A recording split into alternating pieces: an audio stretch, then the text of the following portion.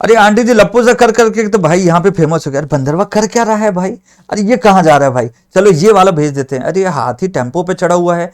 अरे बाप रे गजब, ये तो भेज देते हैं दोस्त को। पूरा दिन ऐसे करते करते समय निकल जाता है भाई, हमको पता ही नहीं चलता। और टाइम मैनेजमेंट करना भाई इस समय पे बहुत जरूरी है। रीजन ये है कि आपके पास बहुत लिमिटेड समय बचा हुआ है और किसी भी समय पे एग्जाम आपका दस्तक दे सकता है। सीएससीबी वालों के पास तो केवल और केवल 30 दिनों का समय बचा है। टाइम को अच्छे से यूटिलाइज करना आना चाहिए। अच्छा बच्चे एक चीज बताइए, आपने ये तो सुना ही होगा जितने भी सक्सेसफुल पर्सन है कि आप जल्दी उठ के सबसे पहले वो काम करना शुरू करें जो आपके लिए सबसे प्रायोरिटी रखता है। उसी के बारे में हम यहां पे बात करने वाले हैं और आपको ये डेफिनेटली वीडियो आपको बहुत हेल्प करेगा। स्टार्ट करते हैं बच्चों आपके लिए ये वीडियो। देखिए भाई, अब जैसे सीएससीबी वाले बच्चे हैं जिनके पास अभी 30 दिनों का समय लगभग बचा हुआ है। अब यहां पे दो कैटेगराइजेशन है, कंप्लीट कर चुका है जिन्होंने सिलेबस और जिन्होंने नहीं किया। हम पहले बात करेंगे जिन्होंने कंप्लीट कर चुके हैं बच्चे। देखो, हमेशा सक्सेसफुल पर्सन ने यही बोला है कि भाई जल्दी उठिए। अब देखिए कई बच्चों को पॉसिबल नहीं होता, कई बच्चे जो होते हैं वो रात को ज्यादा समय तक पढ़ते हैं। जल्दी उठने का ये मतलब है आप अपने हिसाब से, कोई 6 बजे उठ सकता है, कोई 5 बजे, कोई 8 बजे भी उठो, पर उठने के बाद जो पहला आपका समय रहेगा उसे स्क्रॉलिंग में मत निकालो, इंस्टाग्राम पे मत निकालो, यूट्यूब पे फालतू मत निकालिए। केवल और केवल उसको अपने एक सबसे यूजफुल काम में निकालिए जो भी आपने रात को डिसाइड किया। तो पहले तो प्लान बना लीजिए कि बेटा आपको अगले दिन क्या क्या चीज पढ़नी है, कौन कौन सी चीज का रिवीजन करना है। क्योंकि आपका सिलेबस यदि खत्म हो चुका है, आप कैटेगराइज कर लीजिए कि अगले दिन आपको, अगले हफ्ते ये पूरा कैटेगराइजेशन आपका 30 दिन का रेडी हो जाना चाहिए आज के आज। और अगले दिन जो करना है उसमें सबसे डिसाइड करिए सबसे प्रायोरिटी कौन सा है, उसे आप सबसे पहले पहले 3 घंटे में करिए। 3 2 2 2 ऐसे 4 सत्रों में मैंने इसको डिवाइड किया है। तो पहले 3 घंटे में आप उसको एक्सटेंड भी कर सकते हैं, 4 भी कर सकते हैं, 3 से कम मत रखिएगा। क्योंकि हमारे पास एक लिमिटेड विल पावर होती है हर दिन के हिसाब से।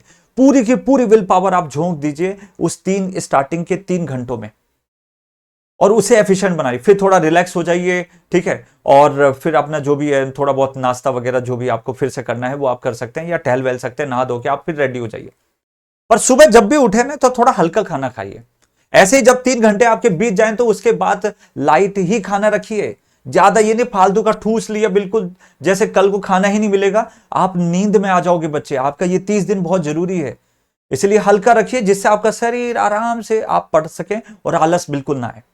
ठीक है, हो सकता है आप गर्म पानी या जैसे ग्रीन टी वगैरह बच्चे पीते हैं या काली चाय वगैरह पी ली है ना, कॉफी वगैरह गर्म ऐसे ही डाल बिना दूध वाली वैसे करके आपने पी लिया, तो उससे आप थोड़ी बहुत एनर्जेटिक रह जाओगे। अगले 2 घंटे में वो चीज रिवाइज करिए जो आपकी सेकंड प्रायोरिटी पे आ रहा है, ठीक है, उसे रिवाइज करिए। अब रिवीजन में आपके पास इतने सारे सब्जेक्ट है, वो डिवाइड करना आपका काम है। अब मशीन्स है, आपके पास रेगुलेटेड पावर सप्लाई है, एचवीडीसी वाला पोर्शन है, आपको एमसीक्यू भी प्रैक्टिस करनी है, या हो सकता है कि आप उसमें एक टेस्ट दे लीजिए, तो वो टेस्ट वाला भी पोर्शन आप यहां पे रख सकते हैं। और फिर 2 और 2, तो बीच में गैप ले लेके आप पढ़ लीजिए। ये 9 घंटे का मैंने जनरल बना के रखा है आपके पास, आप उसको 10 15 16 आप जो भी खींचना चाहते हैं वो कर सकते हैं, पर 4 सत्र में ही बैठिए। वो उसको नंबर ऑफ आवर्स बढ़ा सकती है, 2 की जगह 3 घंटे कर दीजिए।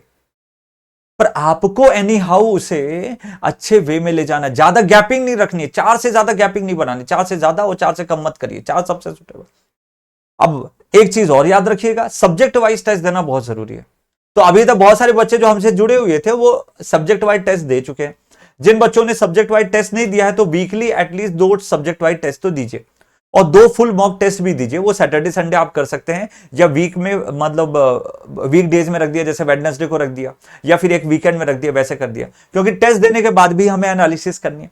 तो 2 घंटे आप और +1 1 घंटे मान लीजिए, आपको 3 घंटे तो टेस्ट को देना और उसमें एनालिसिस करने में समय लगता है।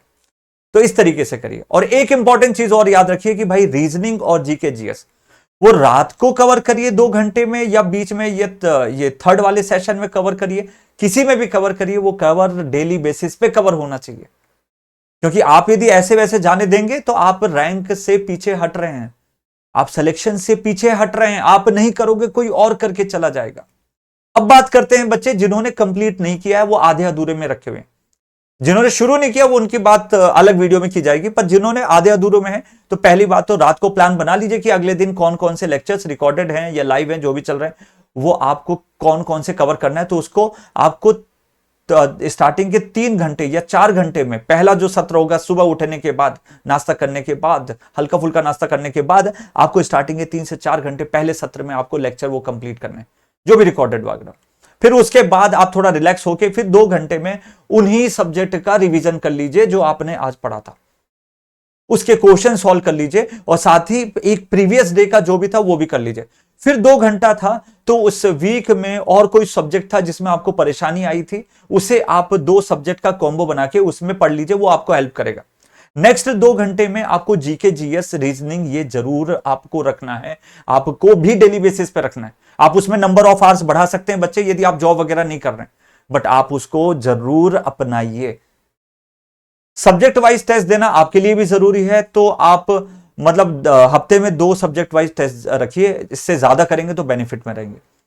अभी आप फुल टेस्ट देने आपने कंप्लीट ही नहीं किया तो फुल टेस्ट की मैं बात नहीं कर सकता, बट यदि जिनका लगभग हो चुका है वो फुल टेस्ट भी देना शुरू कर सकते हैं। हफ्ते में एक फुल टेस्ट देना शुरू करिए, नेक्स्ट वीक से आपको उसको डबल कर दीजिए। ऐसे करके लगभग आपको 10 कवर करने, और वो आप भली भांति जानते हैं जितना जल्दी आप सिलेबस कंप्लीट करेंगे उतना ही ज्यादा फुल मॉक टेस्ट दे पाएंगे। 10 तो आपको कंपलसरी देना है, सो दैट आपकी एफिशिएंसी बने। कंपटीशन बहुत तगड़ा होने वाला है, ठीक है ना, इस चीज का ध्यान रखें। शॉर्ट नोट्स साथ में रेडी करिएगा। जो बच्चे पहले कंप्लीट कर चुके हैं वो ऑलरेडी शॉर्ट नोट कंप्लीट कर चुके हैं, नहीं किए तो भाई अभी भी कर लीजिए, आपके पास समय बचा है। पर जिन्होंने अभी तक जो अभी सिलेबस को कंप्लीट करने में लगे हैं बच्चे, उनको शॉर्ट नोट साथ में रेडी करना है, उनको फॉर्मूला साथ में रेडी करना है, उनको बार बार रिवीजन करना है उन्हीं शॉर्ट नोट्स का। एक दिन पहले जो पढ़ी हुई चीज है उसका फिर से रिवाइज कर लिए, 10 मिनट लगेगा, पूरा रिवीजन हो गया। तो ऐसे करके यदि आप चलोगे तो आपको डेफिनेटली यहां पे सिलेक्शन मिलेगा, आपको कोई भी प्रॉब्लम नहीं आएगी, मैं आपको गारंटी दे रहा हूं। अब इससे ज्यादा आप और कुछ मत सोचिए, इसी प्लान को फुल एंड फाइनल करके फॉलो करना स्टार्ट करिए। बट रात को पहले ही डिसाइड कर लीजिए कि अगले दिन क्या करना है, और एक चीज ये डिसाइड कर लीजिए कि सबसे प्रायोरिटी वाली चीज आपको सबसे पहले खत्म करनी है।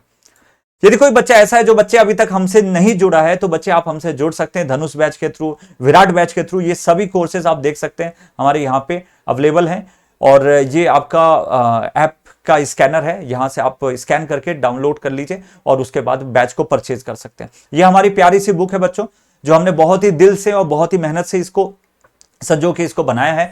आप इसको भी ऑर्डर कर सकते हैं एप्लीकेशन में जाके, ठीक है। So all the very best, I hope ये वीडियो आपको अच्छा लगा होगा। So thank you so much, love you all, tata bye bye.